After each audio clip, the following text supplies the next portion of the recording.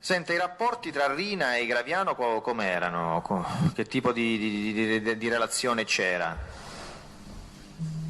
Ma fino a un dato punto, fino a che c'era Giuseppe Lucchese, i rapporti erano buoni, i fratelli Graviano si mettevano a disposizione, e poi so che questi rapporti sono intensificati in particolar modo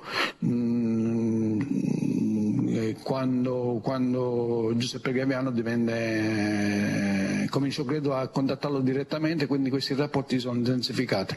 Io quando sono entrato nell'89, inizio 90, trovai questo rapporto più che ottimo. Rapporto diciamo che è rimasto ottimo diciamo anche negli anni successivi, per quello che a lei risulta. Sì, dopo l'arresto di Rina diciamo che siamo stati i 4-5 quelli che hanno sposato la linea di Rina, anche se poi stava facendo io, solo per chiedere un attimo di riflessione, sono stato un po' accantonato per quanto riguarda come ho potuto verificare poi successivamente dalle Luca Bagarella, però diciamo dopo l'arresto di Rina siamo rimasti io, Giuseppe Graviano, Messina Matteo Denaro, anche se era di Trapani, Biondino Salvatore dopo un travaglio di sì no, e Leo Luca Bagarella che rappresentava Corleone, che andava in contrasto però con Bernardo Provenzano, che non condivideva la scelta di Rina, di Bagarella stesso. Quindi tanto è vero che poi si sono stabiliti gli attentati del nord e l'abbiamo fatto in una villa vicino all'hotel Zagarella, nella disponibilità di Giuseppe Graviano, che era un amico suo, in questo momento non mi ricordo il nome. Dove si trovava questa villa? Vicino all'hotel Zangara, vicino all'hotel Zagarella, a Santa Flavia. Quindi, per riassumere diciamo quello che lei ha spiegato a mio modo di vedere in maniera molto chiara, quindi dopo la cattura di Rina, quindi fine gennaio 93, quelli che rimangono fedelissimi diciamo alla sua linea sono i soggetti che lei ha indicato prima. Né continuare la strategia stagista di Rina. Ecco. Tutti gli altri hanno fatto passi indietro, si sono defilati, prima ha cominciato da Raffaele Ganci, con cui Salvatore Rina lo stimava e stravedeva per lui. Lei dice Bagarella diventa il vertice di Corleone e diciamo in relazione alla posizione di Provenzano ci sono invece delle differenze da marcare, perché Provenzano di quale idea era? Ma Provenzano, come lo definiva mio padre, era la faccia come il caciocavallo, 4 lati. Il caciocavallo ne ha 6 di fatto facce, però lo definiva 4 facce. E le dico questo perché in occasione, dopo l'arresto di Rina, uno degli incontri in cui ho partecipato io, Leoluca Bagarella e Bernardo Provenzano, dove Leoluca Bagarella affrontò Bernardo Provenzano per dire noi vogliamo continuare in questa strategia, e Bernardo Provenzano in qualche modo si trova indietro, ma come faccio, come non faccio, ma che facciamo, metteva degli ostacoli o creava delle difficoltà. Alla fine, per sintetizzare, dice ma io come faccio con gli altri? Quando dice come faccio con gli altri, lui si riferiva a Benedetto Spera, Antonino Giuffre e qualche altro capomandamento, questo non mi ricordo, e in quella circostanza Luca Bagarella con molto arroganza, quasi con steggio, gli disse alla mia presenza: ci prendi un cartellone e ci scrivi che tu non sai nulla di quello che avverrà da questo momento in poi.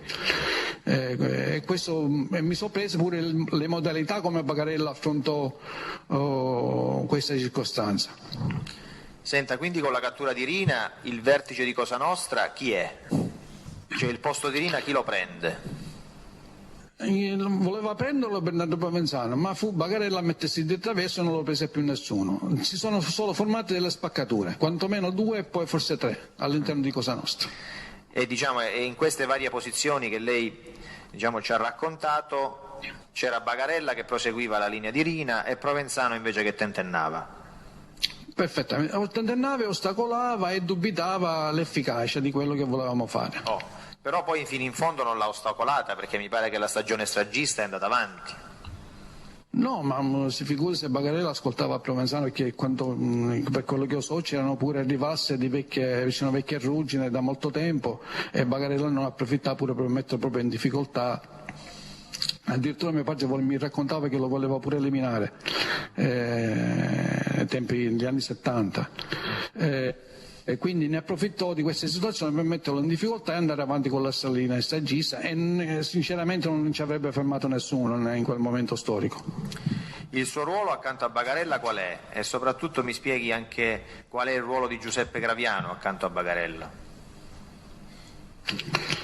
Giuseppe Graviano che sposa la linea stagista con Torrina, con Leoluca Bagarella, diciamo quelle che sapevamo di poter andare avanti, sapevamo che c'era un contatto, quello che poi fu definita trattativa, che io non sapevo che dimensione c'erano i carabinieri, quindi la volontà era di fare tornare questi a trattare, sì, che io non sapevo fino a quel momento chi erano, e più di portare avanti quella che era la linea stagista di Torrina, in modo che ripeto, portare a termine quello che aveva lasciato Salvatore Rina. Il giorno in cui fu arrestato ci dovevamo incontrare per fare il punto della situazione, quindi quelli che siamo rimasti fedeli a Totò Riina e portare avanti quello che era il suo piano stagista, gli ho detto, erano questi 4 soggetti. Gli altri tutti sono chi? Tutti gli altri sono defilati. Quindi lei, Giuseppe Graviano, Leoluca Bagarella, Leoluca poi Bagarella, Biondino Salvatore Cotto, dopo una serie di sì e no, come si dice? Esatto, sì, di incertezze, si è messa a disposizione perfettamente. E Messina Matteo Denaro di Trapani.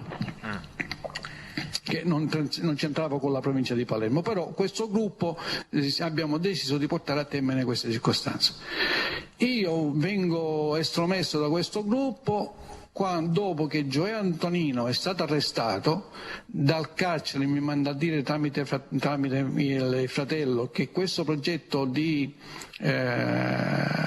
attentati che avevamo programmato in quella villa, che sto un certo Vasile, che se non ricordo male dovrebbe chiamarsi, il proprietario, sì, era fuori perché risultava, perché lui ne parlava nel covo di Vioghetto, dove è stato intercettato.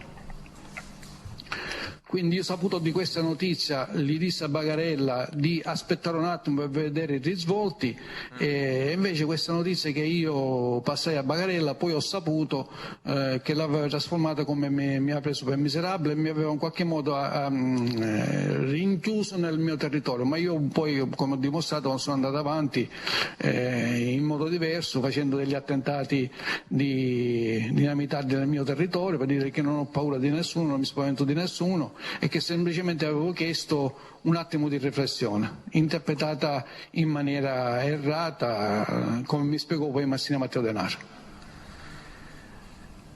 Senta, come mai Matteo Messina Denaro, pur essendo di Trapani, ha questo rapporto così forte con il vostro gruppo?